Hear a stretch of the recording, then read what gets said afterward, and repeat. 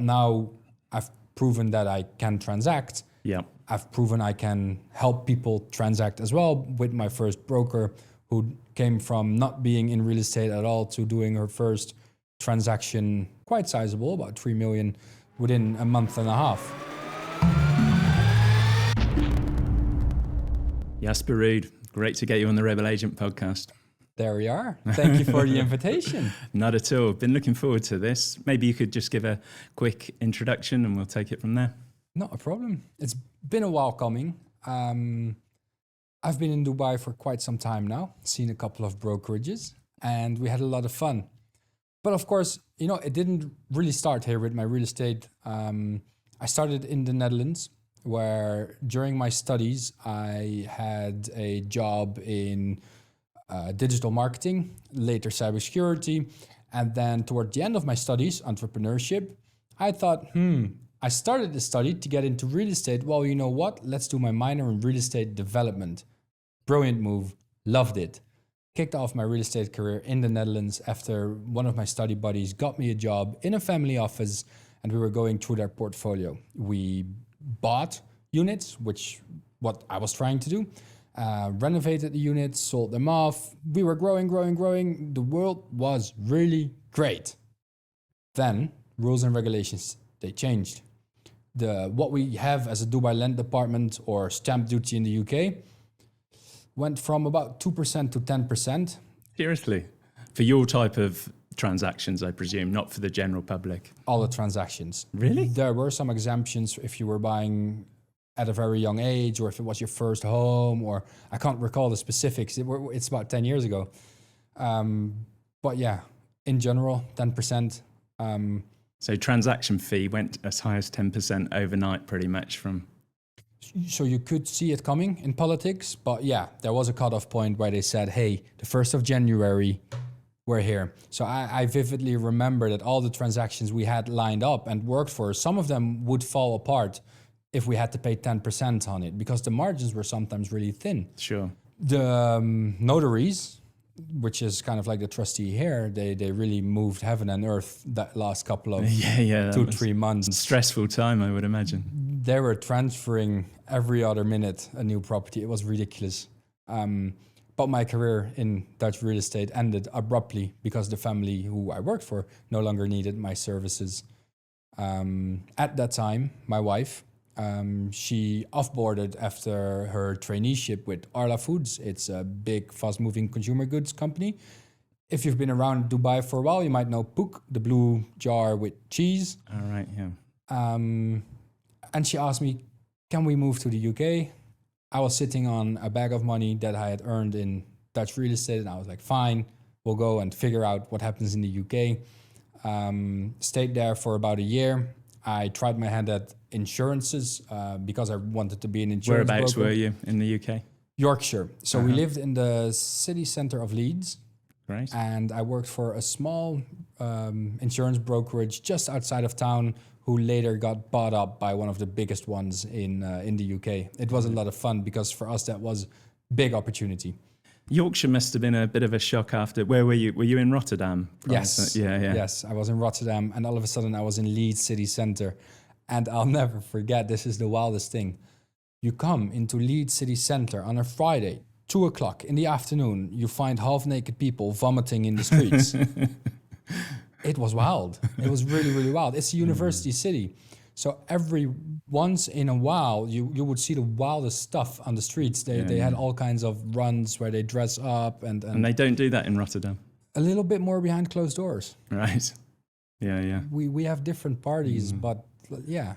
Yeah. Well, you think of the Dutch as being fairly plain talking, and Yorkshire people can be as well. So I suppose there's possibly that similarity. I made friends for life. If I had to retire anywhere on earth now, I would probably go to Yorkshire. Really? The quality of living is really, really high. It's relatively cheap. We can buy a lot of space with a limited budget. And the people, when they hear my Dutch accent, they liven up, They go like, oh, you're not from around. Hey, how are you doing? It's a source of you start the conversation, don't you? Yeah. It was really nice. It felt like a warm bath. And then, during the weekends, we visited all these ancient ruins and and lot of whatnot history that you actually have in the UK. It was really cool. Cool. So you did a year there, and then what happened after that? We decided to move. This time it was Copenhagen. Copenhagen is on the beachfront, so we had a very nice apartment, beach facing, big language barrier. I was going to say, did you rely on English then? In Denmark, which was for me tough. I was learning it. I was sitting in a government-sponsored school learning Danish, so I can kind of speak Danish now. I would say like a 3-4-year-old kid. But it was tough to find a good job. Many of the properties are leasehold, no money to be made there unless you actually speak the language, can write the contracts, etc. So I went back to my software jobs, sold software, all fun and games, wasn't happy, wanted to go back into real estate. And that's when, Dubai, where we were on holiday for a couple of times already, and so I had done some deals with investors, came back into my radar, and I was like, well, it's probably time to move. Like so many do, but not necessarily that many Dutch, are there, compared with some other nationalities at the moment. But it's growing, I guess.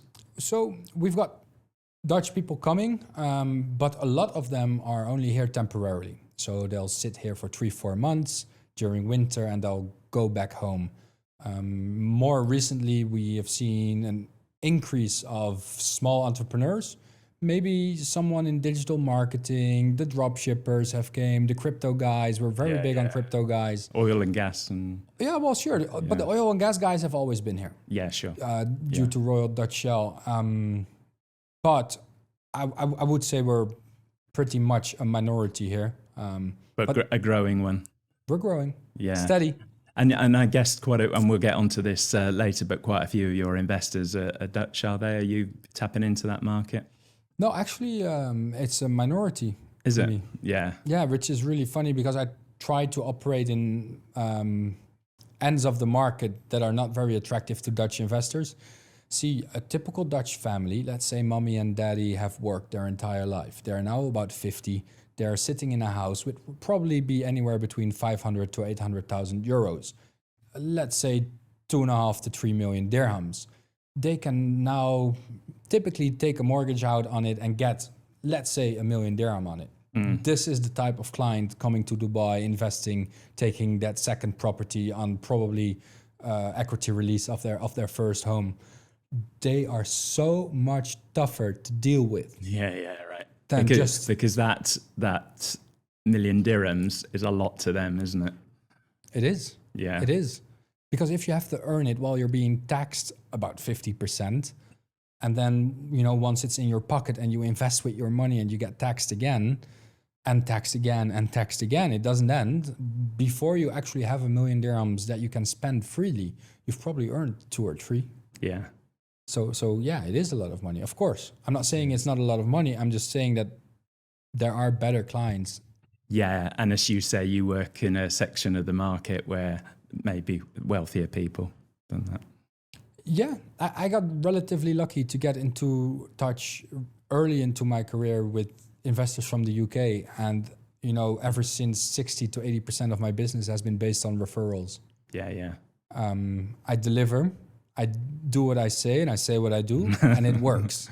Yeah. And apparently that's unique enough in Dubai with most of the other brokers that it gives so much trust that I'm dealing with uncles, nieces, cousins. Referrals, it's brilliant, isn't it? It's the best. Word of mouth, yeah. So you came over to Dubai. When was that, 2023? Yeah, sounds about right. Yeah. I looked at your LinkedIn, didn't I? Did a bit of research.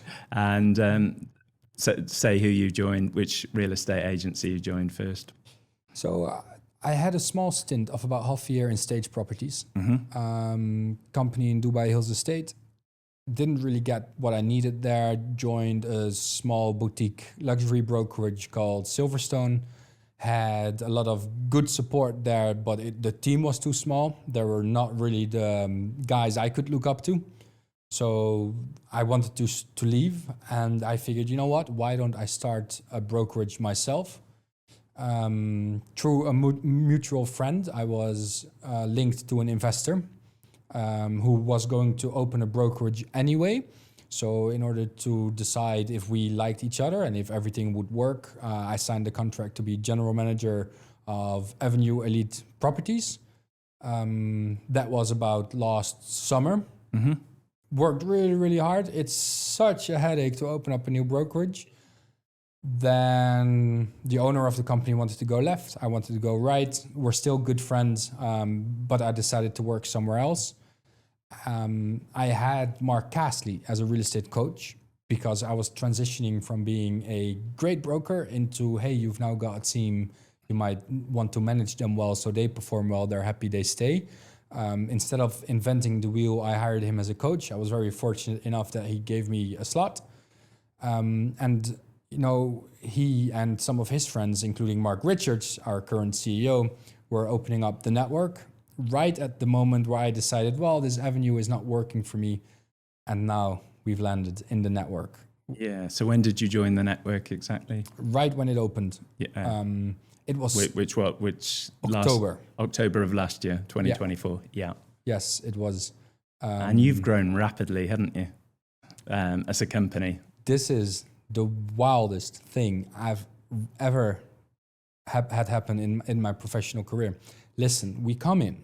It's probably about 6 guys. 3 or 4 of them were designated to be team leaders / sales managers, how we call them. Yeah. And I was like, fine, whatever. I don't know these guys. I was the odd one out because all these guys knew each other from other brokerages or anywhere else.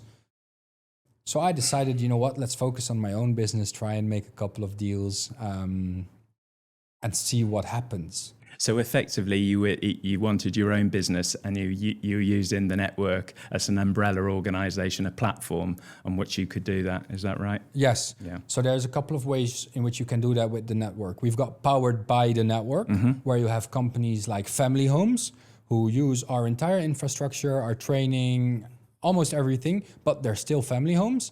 And you've got guys like me who are a sales manager at the network, and I can just hire my team of brokers and kind of have my own company without having to deal with the admin, the marketing, the office, this, that, taxes, whatever. It's very similar to EXP where I am. We've discussed this before. Yes, yeah. yes it is. Yeah. Yes it is. Yeah.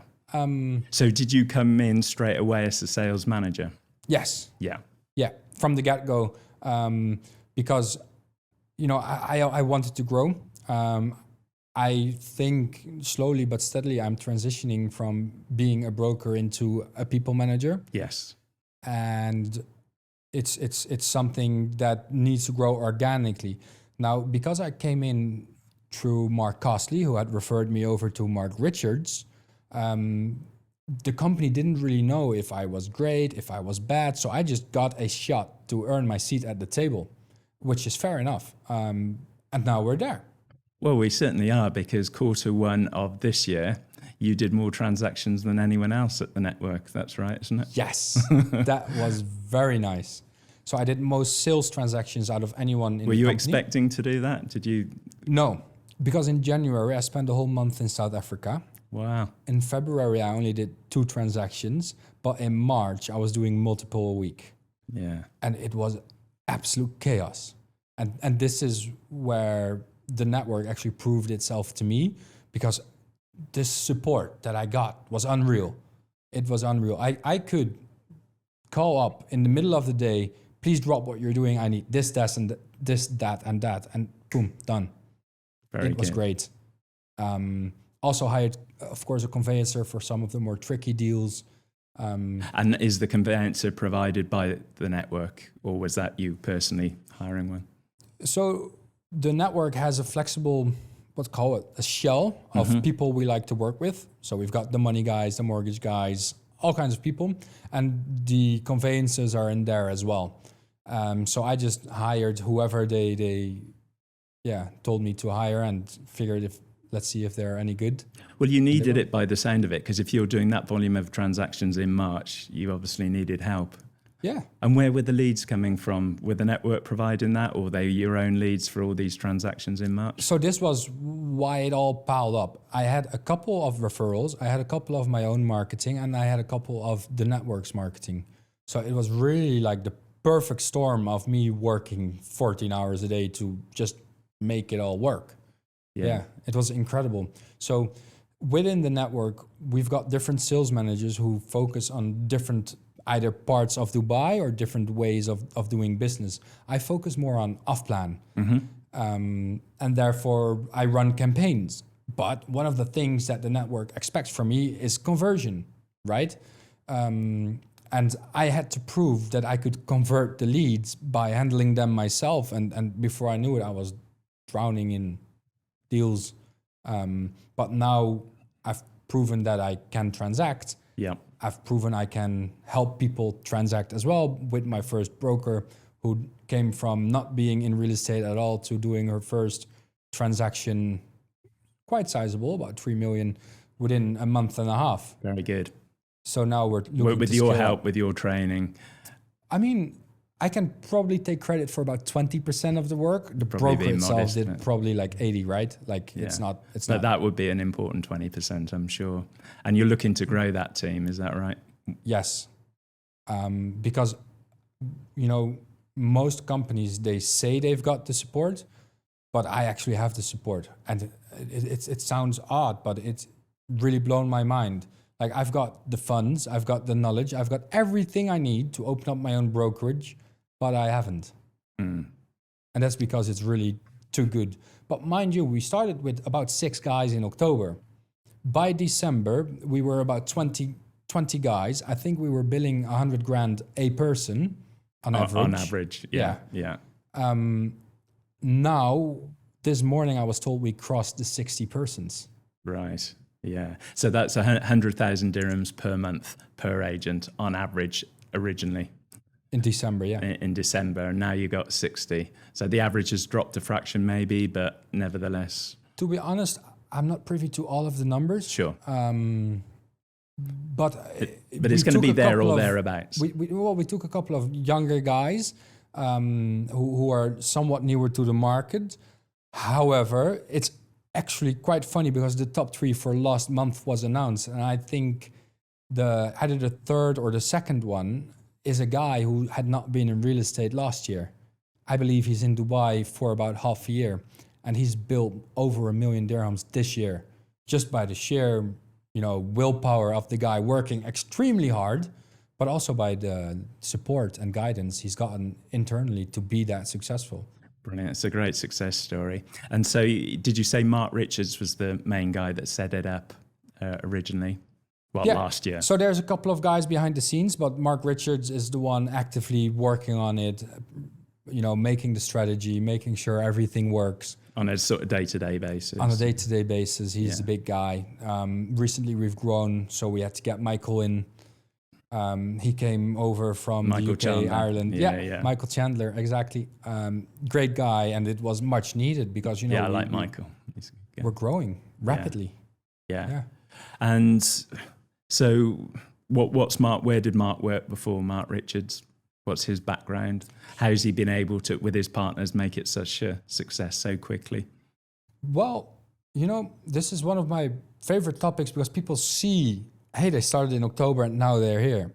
But guys like Mark Richards, they didn't start in October. He didn't land in a plane and went like, I'm going to try this.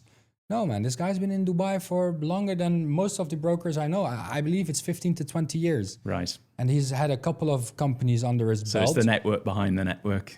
Yeah, but I mean, this guy grew from, hey, I'm an agent, to I'm a leasing director, to I'm a managing director, to now I'm a CEO. And it's all reputable companies. And it's within the same companies that brokers are now going, hey, that's the guy who trained me to be successful back in the day. You know what? I'd like to join him, please. Yeah. Because that just worked. And that's why we so rapidly expand, because most of the brokers coming to us either have worked with one of the guys who are now a sales manager or have worked with Mark directly when they were junior brokers.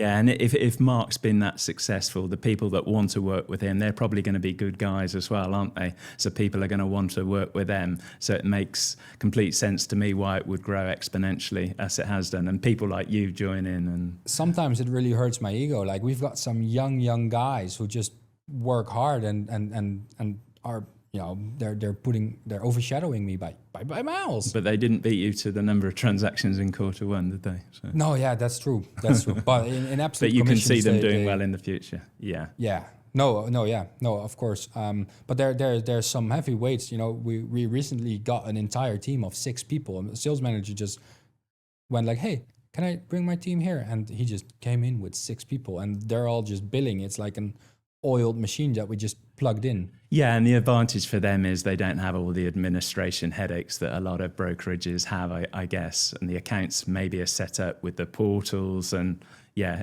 I can see why it's been a success if you got the right guys running it.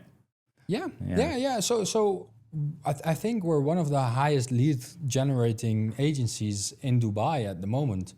And that's all possible because we've got great stock at the right price. Sure, fine. But we also have the cash to actually buy those positions. And we have the brokers who actually have the stock, right? So a lot of brokers are sitting on 2 or 3, 4 pieces of stock, and then they go like, "Woo!"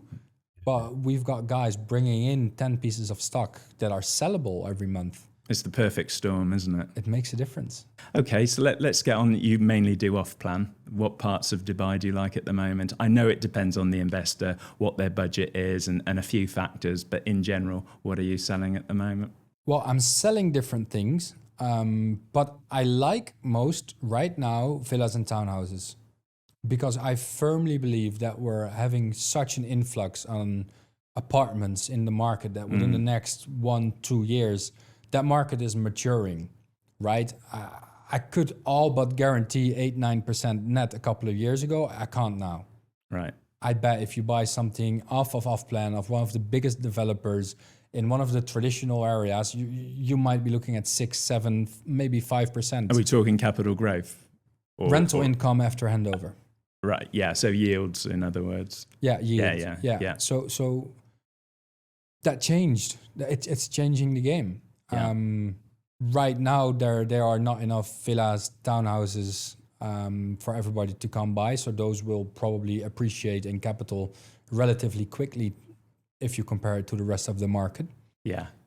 I mean, I've quoted this statistic many times on this podcast, but I think it's 79% of stock coming onto the market over the next 3 years will be studios and 1-beds, leaving 2-bed apartments, 3-bed apartments, 4-bed apartments, all the townhouses and all the villas making up just 21%, which backs up what you were saying there. I mean, it makes a lot of sense. And a lot of families moving here. So. For sure. But, when developers were looking at, hey, what are we going to build in 2025? It was probably 2020 when they made those plans. Yeah, sure. And Dubai has matured as well. So it used to be go to Dubai, sit there for 2, 3, 4 years, and you go back home. So many people needed 1-beds, needed studios, because they really were working quite a lot. And they didn't really think of settling down and having a nice home. And sure, you could have a nice 1-bed, but you get what I say, right? Now people are getting married. They're staying for longer than what they used to. And I think, therefore, the Dubai property market as a whole will be maturing. And I kind of expect, but it's up to the government really, to see financing becoming easier. Even though they made it harder last time, I kind of would like to see financing made easier. I kind of would like to see it easier to have a mortgage in different names. I think there's a lot of aces up the sleeve of the government to still make the market thrive. Yeah, and I think they want the market to grow at a certain rate. If it starts to overheat a bit, they've got this mechanism where they can make it a bit more difficult for investors or make it easier according to how it's going, I feel. And I think certainly over the next 5-10 years, it's going to be it will be a success because they'll make it a success. And as you say, the real opportunity for investors are the townhouses and the villas because of lack of supply coming on. At least what I think. I can't look into the future, but it makes a lot of sense to have this perspective. Now, that doesn't mean that there's no money to be earned in apartments anymore, right? It's just in Dubai, we look at real estate as such an aggressive asset. Like, if I don't make 30% on capital in a year, it's a bad investment. No, it's not, man. It's not normal. Yeah. Like, if I don't make 10% on the rental yield, it's not good. What do you mean? Back home, let's look at London. You're making 2%, you're throwing a party. Yeah, exactly. So I think the market will mature. Margins will slim down a little bit, but then it will just keep growing at a rapid pace. Yeah, I mean, you did a good post online where you talked about, in a way, real estate is a defensive asset. It's a hedge against inflation, and you were coming up with a figure which sounded about right, that maybe 30% of your net worth, for those with a reasonable net worth, should be in real estate, but you think it should be higher in Dubai because it's got bigger opportunity to grow. I mean, it's all about risk appetite, right? Yeah, sure. This is a very personal Exactly. thing. I feel that if you look at a traditional European, especially Northern European standard, real estate, if you made 4% net on rental yields every year, you were doing really great. Mm-hmm. Fine. Give me 10 of those. And you did that because you had a lot of capital, but you didn't have a company that you could inject it in. You didn't wanted even more stocks, and you probably wanted still for your money to work. So you bought some real estate. It's a defensive asset now. Yeah. You're basically parking wealth. But here in Dubai, it's a strategy for people to have real estate as a wealth producer instead of a parking of wealth. So what happens is that people are now, taking too much of a risk in real estate. If you look at where's all my eggs, well, they're in the same basket. Is it healthy? No. Is it working? Definitely yes. And especially, if you're worth $1 million, it's easy to spend it on 1, 2, 3 properties, right? But it's probably not the best financial advice. Yeah, but we can see why Dubai is really growing in terms of investment coming here, particularly from Europe. Particularly when you've talked about the taxes, haven't you? Well, you've already touched on it on this podcast. If you are in Europe, UK, the US, and greater opportunities here. What about areas of Dubai you like, as in geography? I think that there's a couple that are undervalued right now. I mean, if you look at what I love Dubai Hills. Mm-hmm. Everything there is 20 minutes away. Yeah. Is it right now the best investment in Dubai? Probably not. Where would I invest my money now? Depending on the capital I have. I think people are sleeping on Damac Lagoons. Sure, you might say, hey, the quality, we don't know. But it's very sensible to say it's transacting at 1,100 to 1,200 dirham a square foot now, and across the street it's already at 1,600, but about 10 years older. Mm-hmm. It just makes a lot of sense to me that these 200 to 400 dirham extra will be found in Lagoons, and it's close to handover. So I would invest there. Of course, I like the new Jumeirah Gulf Estates. It's pretty cool. It's also quite expensive. Yeah. If how much is it dirhams per square foot? This is the one that's just. It's about 1,700. Is it? Right. They're sizable units, so I feel like So if you look at where I live now, Ranches 2, we're trading at about 1,600 dirham a square foot. Plot sizes are big. Availability is there. I feel like it's undervalued. And so there are now a lot of places in Dubai that people are not really looking at anymore. But, if you look at Ranches 3 versus Ranches 2, I like Ranches 2 in a location much better. Yes, Ranches 3 is newer, but it's also by now more expensive. And depending on when you broadcast this, it's probably even a lot more expensive, right? And this is the kind of education that you're giving your investors, and this is part of the reason for your success, isn't it? Yes. So Property Monitor is my best friend. Mm-hmm. I run reports all day, every day. The data service. Yeah. data provider. Yeah, they provide data directly from the Dubai Land department where we can see what transacted where at what price. And it's your best friend as a broker, because how am I supposed to prove to my investor that we're not buying Dubai Hills Estate for 1.7 million, but we're buying Creek Harbor for 1.7 million, or the other way around? It's both Emaar, it's probably the same quality, man, it's probably exactly the same what you're getting handed over, but why are we buying here and not there? How do you give it some substance? Yeah, it's comparables, isn't it? It's data. It's data. It's data. Yeah. And the other thing that you do quite a bit of is social media. That's how we met, wasn't it? Yeah. How does that work for you? And does it help with your sales? I can't actively prove that it really, really helps with my sales. At least if I look at Instagram, where I have maybe 1,000 followers, I haven't transacted a single sale from it. But I've figured out that it's kind of a resume, right? I just want to be on there talking about stuff that I can stand behind, that I support. And then I think it makes sense. LinkedIn, on the other hand, where I already had a somewhat bigger reach due to all my previous work, there I'm actually getting leads every now and then, and I have done transactions off of it. Yeah, well, you're putting out really good content. I like your stuff, and you're doing well with that. And it gives you the authority up to a point, doesn't it? And if you are transacting on LinkedIn, that's great. Yeah, so it's not. I'm not like giving anything that will break down the world or this is unheard of, but it's all sensible. It's typically advice. It's not me in a rented Lamborghini. It's me just sitting at a table like this talking about square foot prices. But that's what investors want, isn't it? The serious ones. Yeah, which is what you want. Yeah, so I found out that like all these crypto bros who expect you to have a fancy watch, a nice car, are probably less likely to close with me than with some other brokers. An old guy who's 50, 60 years old has a portfolio already, and I can talk to him about that because I probably know the market. I probably know how he financed it. If he happens to be from the Netherlands, I probably know the guys he financed it with. They require a different broker than just send a brochure and this is great. You found your niche with that. Yeah. I deal with more mature brokers. Budget is typically not the problem. It's the strategy, the forecasting, and the risk appetite. Yeah, good stuff.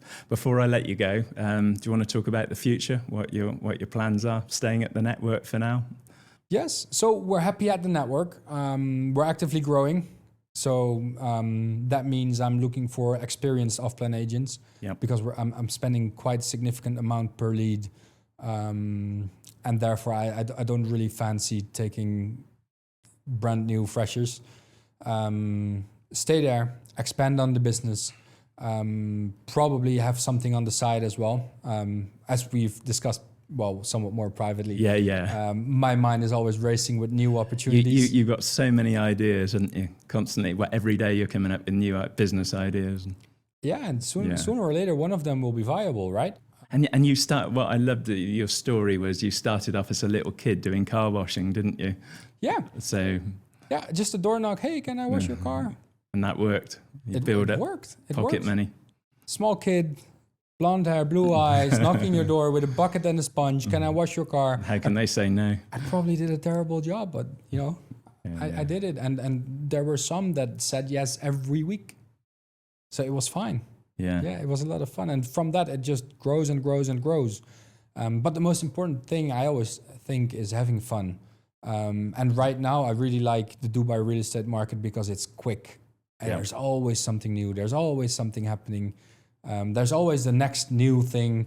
I think it's also now kind of time to sometimes look back and see like, maybe these old toys are also good to play with. Yeah, there is. But going back to Dubai, I mean, there's nowhere else like it in the world, is there? More and more people are going to come. So I think, yes, it's exciting times. We're growing. Where's the best place for people to contact you? Find you on LinkedIn? I'll put your details in the show notes. You can find me on LinkedIn. You can find me on Instagram. They're both there. They both have links to get directly in touch. You can either book a call or you can just, send a message. Either one works. It's fine. Great. I've really enjoyed having you on today. It's been very interesting. Well done on your career so far. And come back in a few months and give me an update. I'm looking forward. Thank you for having me. Thanks, Jasper.